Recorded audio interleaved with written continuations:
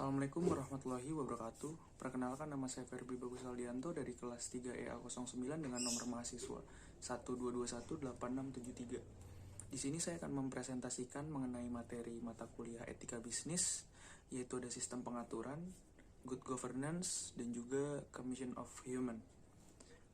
Sistem pengaturan merupakan pengaturan otomatis yang dilakukan dengan teknologi modern. Teknologi ini dapat kita dapatkan dari lingkup produk teknologi, mulai dari robot sampai dengan pemanggang roti.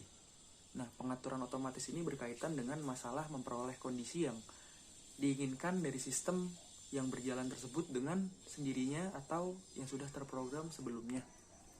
Nah, dalam sistem pengaturan itu terdapat perangkat-perangkat dari suatu sistem pengaturan. Yang pertama ada sensor, yang kedua ada aktuator, yang ketiga ada komponen logika.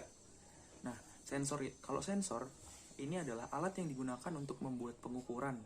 Kemudian kalau aktuator ini adalah untuk menyuplai tindakan dari suatu sistem pengaturan tersebut. Nah, kalau komponen logika itu adalah gabungan dari sensor dan juga aktuator dan alat-alat yang mendukung untuk mengimplementasikan tindakan pengaturan yang akan membangun sebuah pengatur. Yang kedua ada good governance. Istilah good governance berasal dari bahasa Inggris, yaitu good and governance.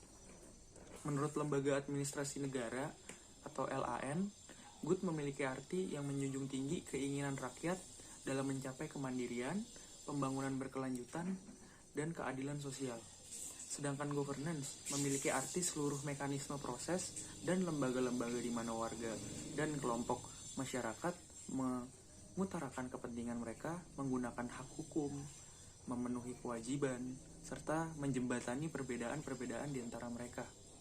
Nah, dalam hal ini ada 7 karakteristik good governance dan dari United Nations Development Program atau UNDP, yakni yang pertama ada partisipasi, yang kedua ada rule of law, yang ketiga ada transparansi, yang keempat ada responsif, dan yang kelima ada berorientasi pada konsensus, yang keenam ada keadilan, dan yang ketujuh ada efektif dan efisien.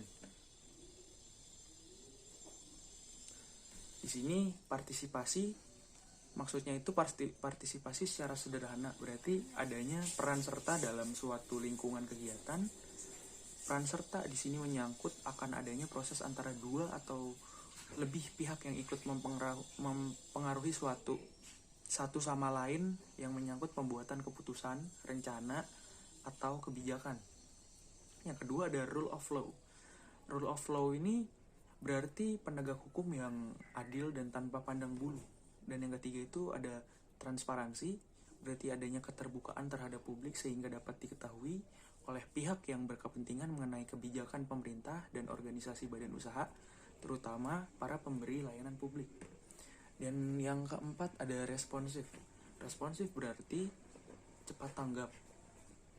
Birokrat harus dengan segera menyadari apa yang menjadi kepentingan publik hingga dapat cepat berbenah diri. Dalam hal ini birokrasi dalam memberikan pelayanan publik harus cepat beradaptasi dalam memberikan suatu model pelayanan. Yang kelima ada berorientasi pada konsensus. Ini maksudnya berarti pembuatan dan dalam pelaksanaan kebijakan harus merupakan hasil kesepakatan bersama dari para aktor yang terlibat. Hal ini sejalan dengan konsep partisipatif, di mana adanya keterlibatan dari masyarakat dalam merumuskan secara bersama mengenai hal pelayanan publik. Yang keenam ada keadilan. Keadilan berarti semua orang, masyarakat semuanya, baik laki-laki maupun perempuan, miskin maupun kaya, itu mempunyai kesamaan dalam memperoleh pelayanan publik oleh birokrasi. Yang ketujuh ada efektif dan efisien. Efektif secara sederhana berarti tercapainya sasaran, dan efisien merupakan bagaimana kita mencapai sasaran tersebut dengan suatu yang tidak berlebihan. Nah, berikutnya ada commission of human. Commission of human ini adalah hak asasi manusia, hak dasar yang dimiliki setiap manusia sejak manusia itu lahir.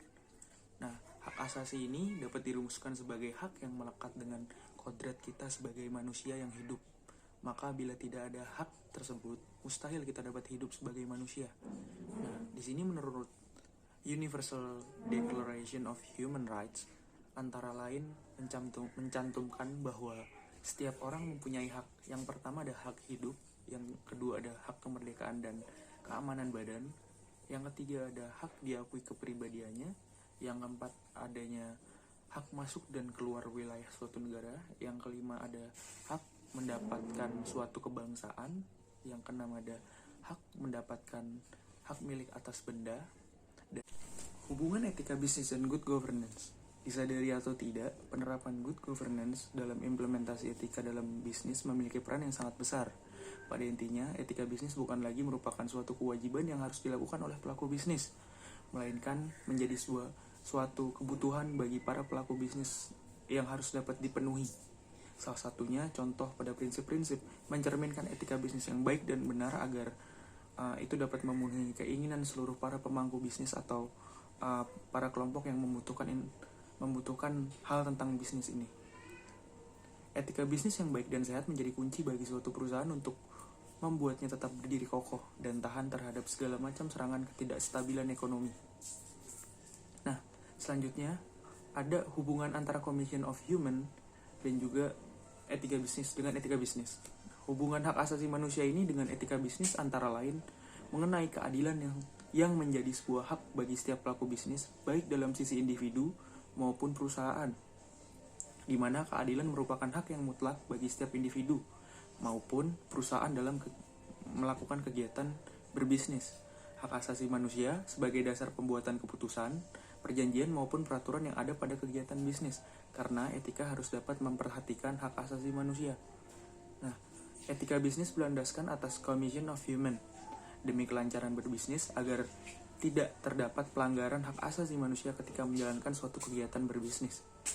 Jadi, hubungan antara Commission of Human dengan etika bisnis itu lebih memfokuskan bahwa hak asasi manusia menjadi salah satu hal yang perlu dipertimbangkan dalam etika berbisnis agar tidak terjadi pelanggaran hak asasi manusia saat menjalankan kegiatan bisnis ataupun usaha. Mungkin itu saja yang dapat saya sampaikan. Apabila ada kurangnya mohon maaf. Wabillahi taufiq wal hidayah. Wassalamualaikum warahmatullahi wabarakatuh.